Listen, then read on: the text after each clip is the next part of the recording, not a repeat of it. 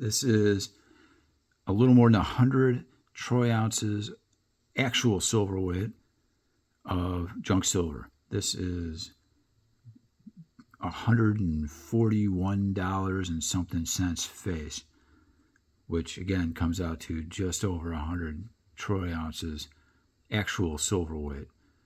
And if you were to take this to a refiner or one of the dealers, they're going to apply a discount against that actual silver weight of usually 1.2% or something in that neighborhood to account for how much wear there is on average over the coins in this quantity of silver, junk silver.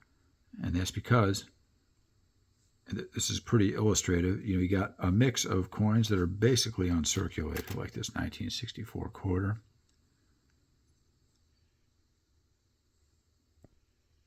On its own, this doesn't deserve to have any discount applied to it for wear and loss of metal. But it's in here with coins like this, which doesn't even have a date anymore, which you'd be lucky to be getting 98.8% of its actual silver weight as credit. Not to mention that it's just truly junk silver. And all across this whole population of junk silver coins, you got everything in between. And mostly it's in between. You got some nice, shiny dimes like that. What's that, 1963? It's not even a 64. Everybody's there. Could be a 2023, but, well, with some significant differences, right? Like the fact that this owns silver. But condition-wise, when you're bringing in a big pile of junk silver, unless it's all uniformly real nice, like if you got rolls of uncirculated 1964 quarters, I guess any year, quarters or dimes or halves, unless you can show that it's all uniformly uncirculated, you're going to get a discount applied, which would be fair. Most of this is not Franklin's. I'm just starting to get in more Franklin's. I got another roll of those coming in, which a roll of $half is 20 $half, which is $10 face, which is about 7.6 something troy ounces actual silver weight. And that's going to be putting this up to 151 face, 151 something. And it will get the actual silver weight up to about 107 troy ounces. So when this is all in a bag together, it's a self-defense bag. It's the kind of bag that needs to be a sturdy bag. This is the bag. A lesser bag would tear. In fact, my lesser bag it used to be in, when it made it up to about $100 face, was as far as that bag could take it, and it started to tear at the seams. Because when you pick it up, the weight on that was just bursting that bag. So for the last 40 or so extra dollars face, I had to get this more serious bag. And I'm looking forward to packing this bag as far as it'll go. We'll see. I think it's going to take more than 200 face before I start breaking this bag. And I'll find another bag. The bags are out there. We have the technology. You can even bid on and get the original bank bags. What we all want, obviously, is a fabric bag like this that you can tighten to the top.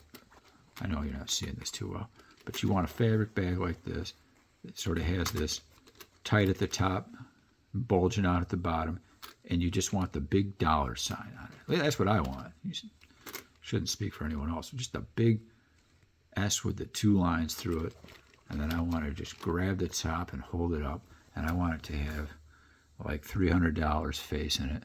And then, of course, I need another one for my other hand, and then I want to be standing in kind of a silo.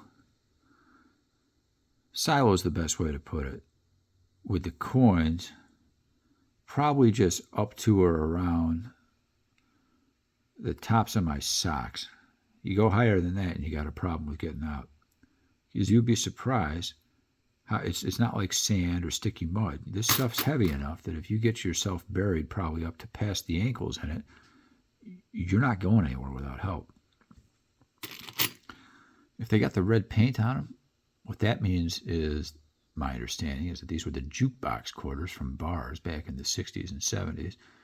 And I don't even remember how, well, I have no idea how that actually worked because I never was in a bar with a jukebox that was taken seriously. But I guess they would give these to the customers to use in the jukebox, and they were meant to stay in the bar and be used just for the jukebox, and that's why they put the paint on them. The ones that have the weird miscoloration and gunk, I have no idea. Someone probably left it somewhere in some kind of container that dissolved onto it. And a number of these coins, especially these dimes, they might have all been in the same family because they got the same gunk. The gunk family. Most common here are these $50, the walkers. Most of them aren't that bad. This one's got a little graffiti on it. Someone started putting their initials in it, it looks like. A lot of wear, but at least you can see the dates on most of them. I think there's just this one Kennedy in here. 64 Kennedy. A couple of Ben Franklins, but we hope to get more of those. Mostly walkers, though. Just mostly a lot of these walkers. Some real nice 64 quarters in here. And if I thought there were enough of them, I would pull them out and put them in their own tube, separate from the rabble. But there's not that many. And it's just 64 quarter. It's not that great. But it does look good, actually. One of these 64 quarters, not that one, not one that looks so nice, is actually a quarter I found. And then sadly, it's the only one in here that I actually found instead of bought. And it was more than 20 years ago, and it was in a parking lot somewhere in Illinois. And I remember finding it, picking it up, and I was taught by my dad as a kid, look at quarters and dimes. If they're 64 or earlier, you got to keep them. Never found any. I never was like silver seeker, like going and getting rolls and looking through them. But I'm pretty consistently, except maybe when I was a teenager, was looking at the coins, to see the dimes and the quarters to see if they were 64 or earlier. Never found a silver one until that one time, miraculously, in a parking lot, all by itself, like it was a promotion by the ANA or something. And I thought, hey, that's great. And I kept it in my desk. And then about 7 years ago, when I started filling this bag up with this junk silver, I threw it in with it. And I regret that because I should have kept it separate to remember that I found it in a parking lot. But at least it's in there somewhere. So I'll make another video and update you when I have the bag with the dollar symbol on it and more than 200 face. Have a great evening.